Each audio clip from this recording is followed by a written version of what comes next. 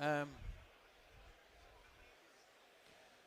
Ellis, can you just grab me a Neo off the Rotolight stand, please? I don't have one. Just one Neo. Just from the Rotolight stand. Thank you.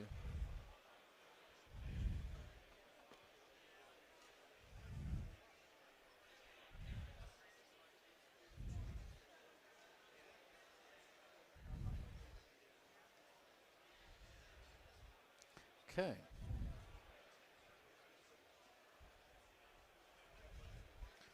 Oh my God. I'm ready. Okay. Huh? 40. I swear to God, till 1 o'clock.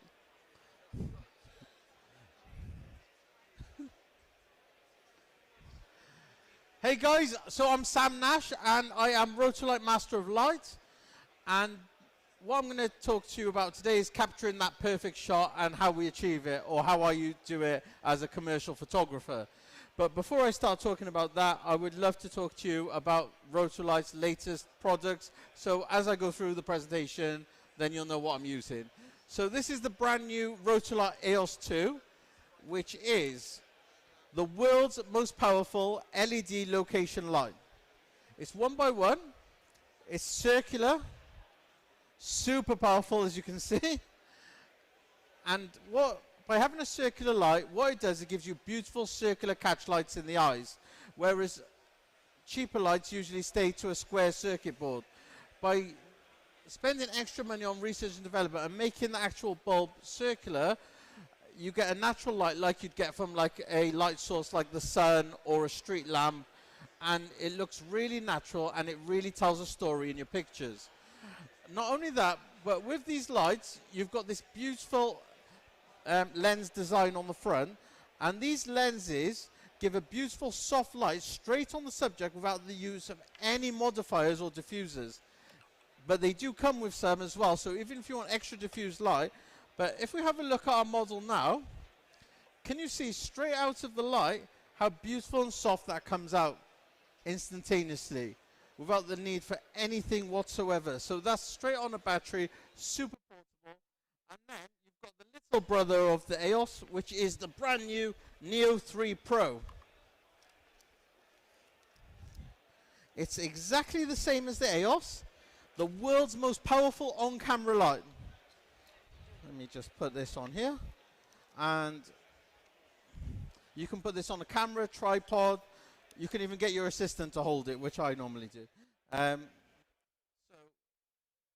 exactly the same, full touch screen,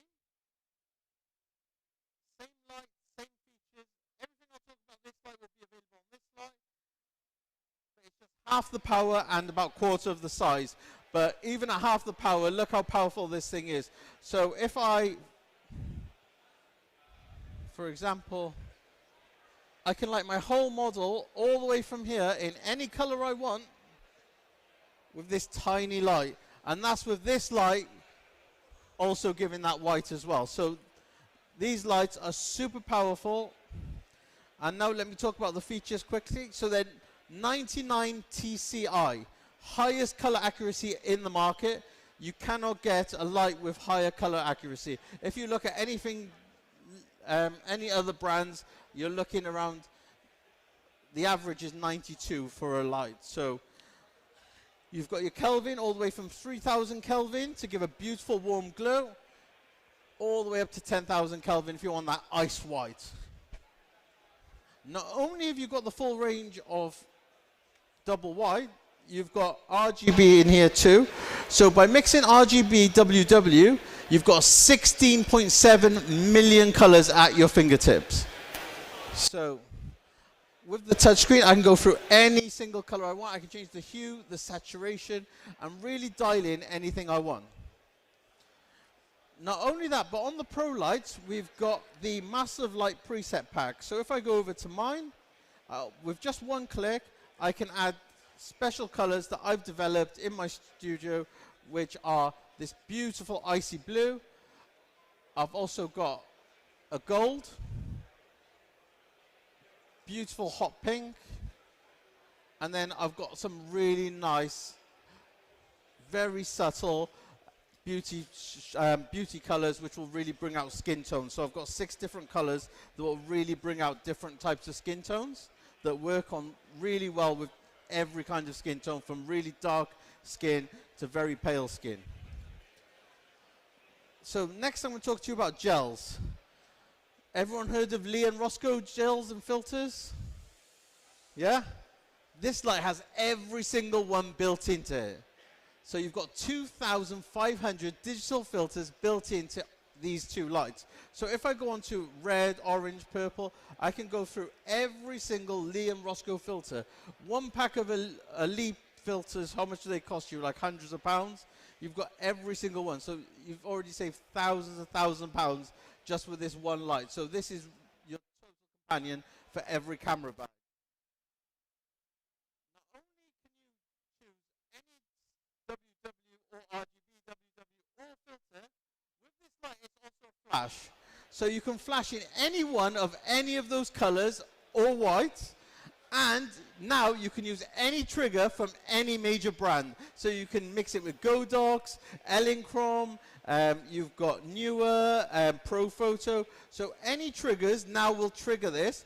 And in flash mode, it's double the power again. So I just had it on that last filter, and now look at this. So I'm going to overpower the EOS just with this flash, and you get this beautiful flash that now works with any trigger. Any filmmakers out there? We've got award-winning special effects built into the light. So these special effects were developed by Rotolight. So you've got everything from lightning, which you can use for your movies, all the way through to a fireplace. And these were developed by top Emmy award-winning filmmakers and colorists like Denson Baker, Roy Wagner, and you've got stuff like police, sirens, and the list just goes on and on. I can even have a gunshot if I ever want to kill someone on set. So that's all the features of these Rotolights. So these lights do everything. Now let's talk about capturing some portraits, guys.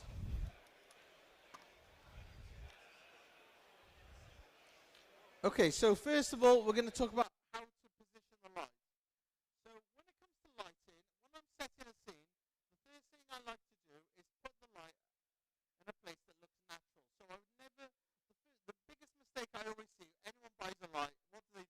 They'll pop it on top of their camera, a flash, or they'll just get it out, a tripod, and put it straight in front of your subject and put it on. And what that does is it gives you a very flat look. What we're trying to achieve, especially in commercial photography, is to look like we haven't used the light, but we want our subjects to pop. So to do that, we'll make it as natural as possible. And how can we get the light to come from a natural place as possible? Is we go high. Where do lights naturally come from? The sun, street lights, lights above us in a convention hall. So it's always above. So we put our lights always as high as possible, and we drop down on the subject. And by doing that, you've got this beautiful, look at that, it's almost a spotlight effect. And this is really going to make your subject pop. And if you can see, guys, you've got this beautiful catch light in the top corners of the eyes.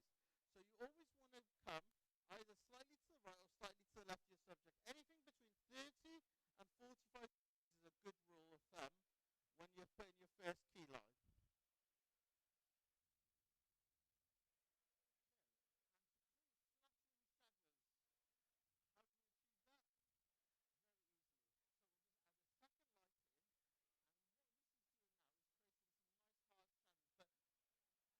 Which is absolutely beautiful if you're going for that Hollywood look. But by adding that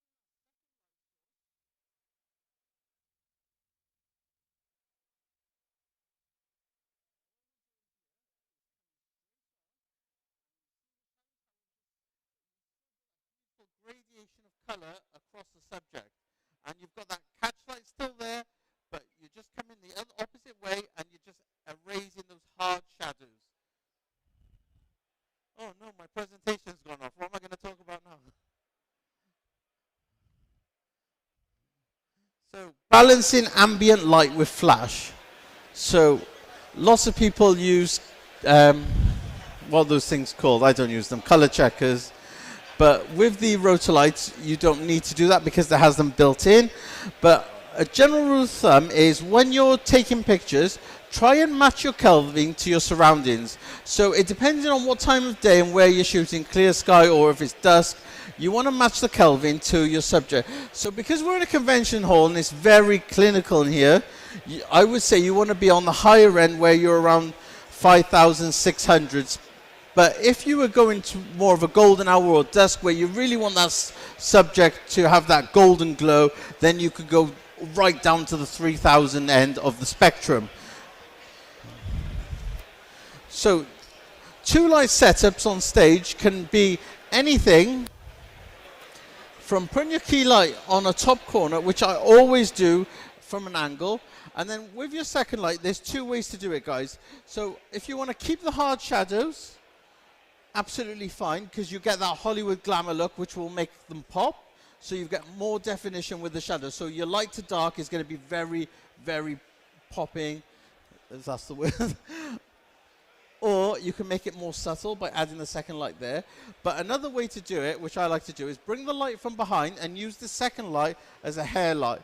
And what that'll do is light the head to shoulders. And what you do is drop this down also, just not as high as the first one, nice and close, and that will give a beautiful glow on the shoulders. And what that does is it lights around the subject and it wraps the subject. So what that's doing is creating separation.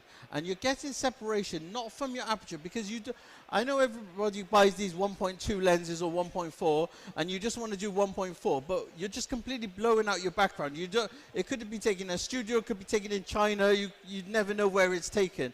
You want to be shooting at the sharpest point of the lens, which is around the f7, f8 mark, yeah? And you're going to get that definition with lighting. And lighting is so important to photography, because photography means painting with light. That's literally what it means in Greek. So photo is light and graph is paint.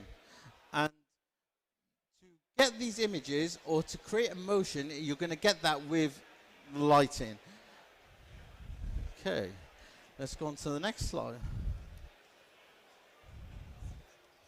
Okay, composition. This is easy, guys. When you're composing a picture, try and fill your subject up. Don't be scared to get close in. Get it right first time. You don't need to go back. If you can, just really capture that emotion and that character, and you want to capture that subject straight as close as you can. You can always even crop in more if you haven't got close enough post.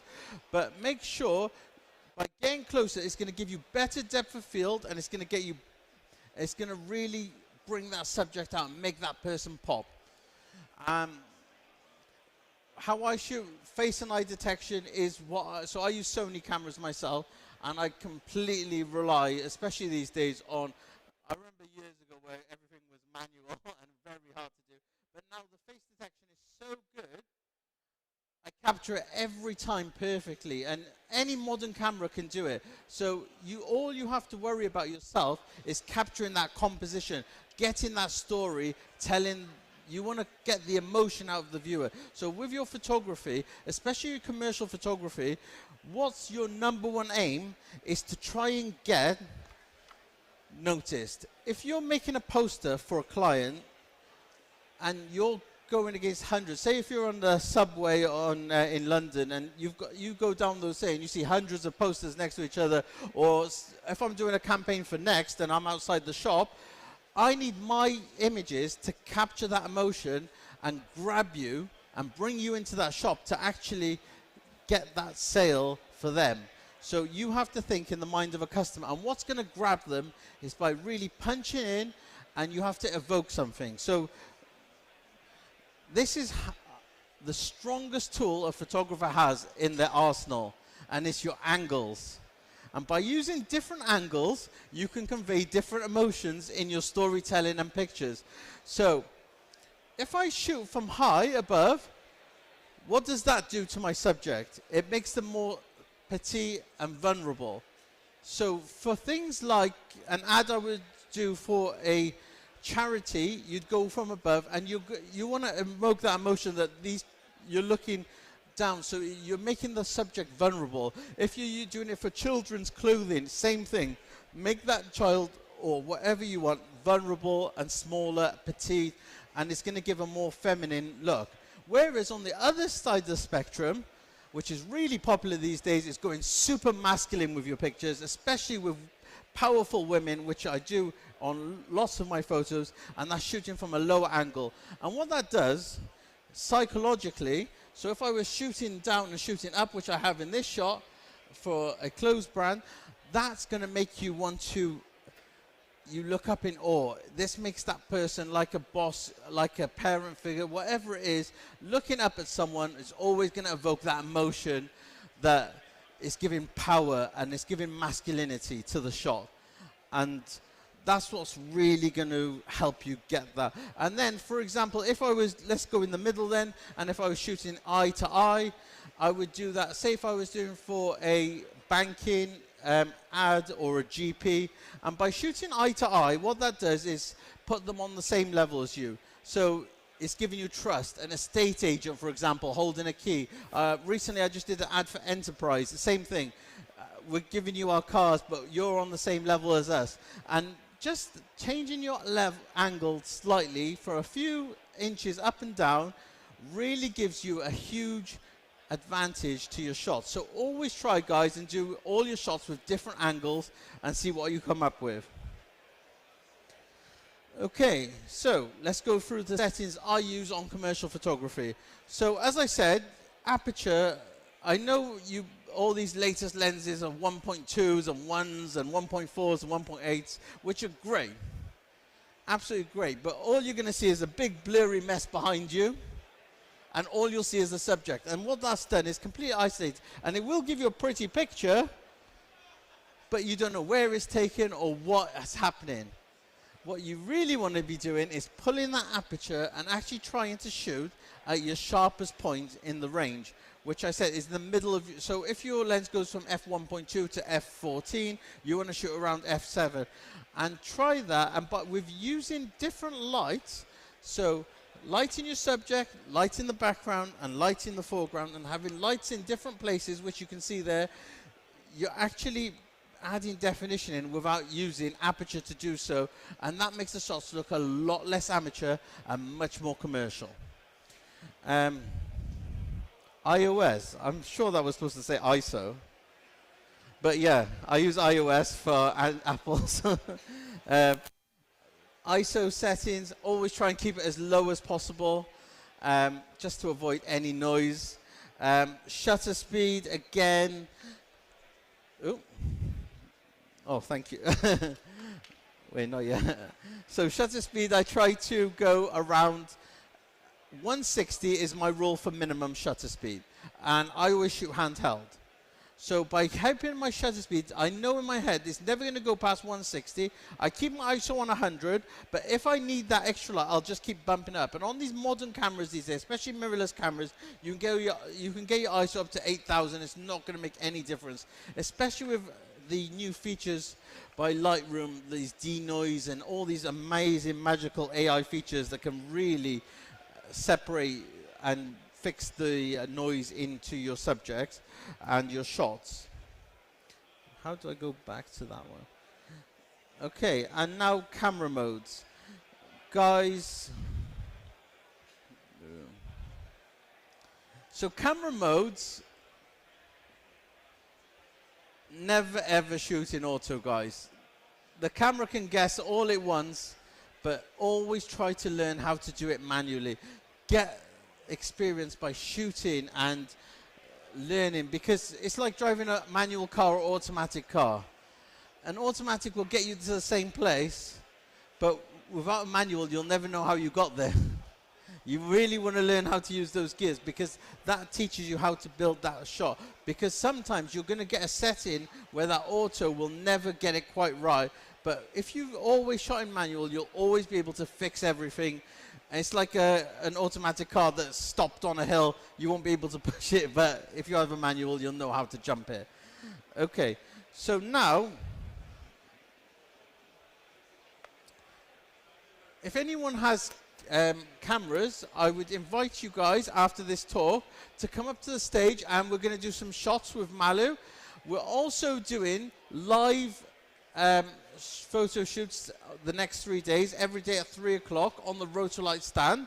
We'll be walking around. We've got a few models from South Wales Creatives over there, and we've got Malu come from London, and I'll be doing shots, setting up shots. We'll do really cool, epic stuff outside and inside the hall. So love to see you guys there. And thank you all so much for coming. And can I have any questions now, guys? Yes. So strobe lighting, I try and use continuous as much as I can. So continuous lighting really shows you basically what you're going to get. So it takes out the guesswork.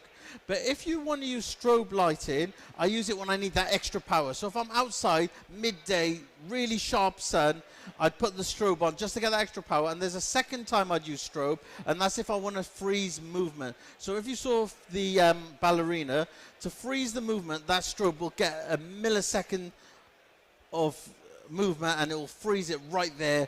And that's what you want to do if there's dancers or things like that. But I would say 99% of the time my lights are in continuous mode. Any other questions, guys? Sorry? How hot? How hot do they get? How hot do the lights get? They don't get hot at all. So these are LEDs. They've used. If you want to come up to the stage and feel it, I've got 100% power this whole time. It's completely ice cold to the touch. So because they're LEDs, they're completely cold. They're not like traditional flashes. They don't use huge amounts of energy. And this is really going to surprise you. How many flashes do you guys think you can get off one battery? Let's look at our next biggest competitor, Godox. On the AD300, you get 300 to 400 flashes on one battery. How many flashes do you get on a Rotolight battery? Come on, guys. Anyone want to take a guess? Huh? 1,000. 10,000 wrong. 100,000 flashes per one battery. So if I took this light with me to London Fashion Week, I could use it for the whole of Fashion Week on every runway, every single day, and have 80% battery by the end of the week. It's absolutely crazy because it uses so little energy because they're LED than a traditional halogen bulb. And not only that, because it's LED, you have zero recycle time. So if you've got a modern camera like the Sony A1 that takes 30 shots a second, or the Canon's, what's the latest one, the R3 that does the same, you can absolutely capture 30 shots a second, and it will capture it perfectly every time, because a halogen needs to recharge, so you only get about 1 shot a second. So if I've got a ballerina, that jump, I can just pinpoint that perfect moment with that light in flash and frozen that moment every single time the first time, whereas you never can do that with any other light. So any other questions, guys? Sorry, there was a question over here somewhere. Yes. So you can probe them in RGB, you can probe them in any filter as well, and you can probe them in any single one of the massive light kits as well. So these flash in any one of 16.7 million colors plus, so let's show you. So I'll go on like blue, go back onto my flash mode, and now I'm flashing in that color. So you can do that. You can also mix your probes. So if I go to a studio that has a Godox setup, I can add these in, and with that Godox trigger, I can trigger all the lights at once. Same if it's newer, same if it's Pro Photo, whatever the brand may be, any major brand will now trigger your Rotolights too. Yeah, any other questions, guys? Okay, that's a great question. So, for today and today only, as I'm doing the talk, we're doing huge discounts at the Rotolight booth right over there, just after this talk, and you're getting up to, I think it's up to 35% off. The small ones start at 549, but with the discounts we're giving away free accessories and huge discounts. And guys, we've also got this amazing trade-up program. So if you've got any light, it doesn't have to be Rotolight, you can send in your old light and we'll give you up to 40% off the brand new lights. So you can have anything from like a £10 old light and we'll trade it in for Rotolight. So this trade-in program is amazing. But if you guys want, come to the store, the Rotolight store or the Camera Center store, and we've got special discounts just for today for you guys. And then the discounts will get worse throughout the week. Any more questions, guys? Would there, anyone who brought a camera would like to come and try these out? Please come on stage before I'm followed by the amazing James Matthews, who's here somewhere. I don't know. He was here. Oh, there he is. Right, everyone give a massive round of applause to James. And yeah, thank you very much for listening. And let's give a big round of applause to our model, Malu, who did most of the stuff today. And yeah, come with me. I'll be at the Rotolight store all week, guys. Thank you so much. Come on over and we've got some amazing discounts.